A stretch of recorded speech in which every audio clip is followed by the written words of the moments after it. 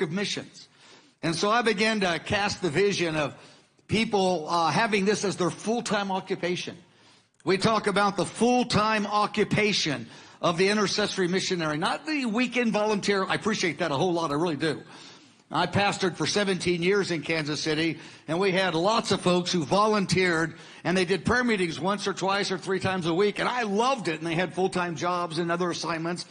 But the Lord gave me 23 years ago this idea of the full-time occupation, like David's singers and musicians.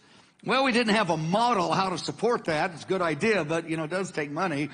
And so I was stirred up by the model of Youth with a Mission, YWAM, and Campus Crusade or Cru. They had this idea of missionaries that raised support. They would go to a foreign field, but they raised the support, and, about 40, 50,000 between those two organizations found ways to do that. And so I found out this is doable. So I said, well, that's a kind of a big leap, but I went and told my wife, I'm going to raise my own support as a missionary. She goes, what?